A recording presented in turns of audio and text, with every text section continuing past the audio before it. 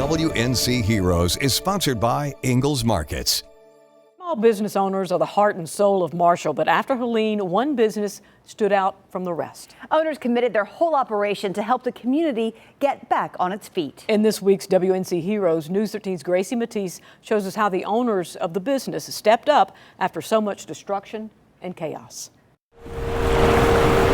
In the small riverside town of Marshall, scenes of biblical devastation brought on by Helene are hard to unsee. My friend Josh Kopis, he was filming at the time from the courthouse steps.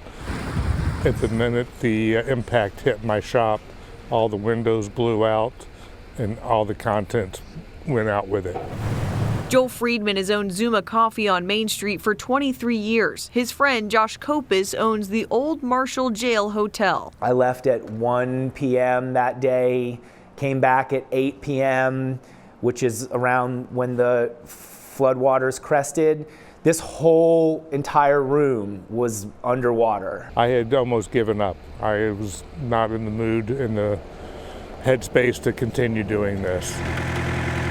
And they just gave me this new sense of hope and this rebirth, and it's like, well, of course I'm going to do this. He's talking about Nanostead, a tiny home construction company turned rescue and recovery hub for the entire town of Marshall. Jeremy Stauffer and Kevin Ward in charge of it all. I don't think there was ever a point where we decided when we needed to organize. It just happened. It was born from chaos, and there was no point at which anybody hesitated to jump in. Putting those tiny homes on hold, Kevin and Jeremy went into the business of turning chaos into action. Where you could come in street clothes, get PPE'd up, go down, work in the muck all day, come back and get washed off by a volunteer, and sit down clean and eat a free dinner, you know. So there was just so much humanity involved with everybody. All of that effort, organization, and determination making a way for Marshall to make a comeback. It was really important for us, like physically, to get in here and do the work.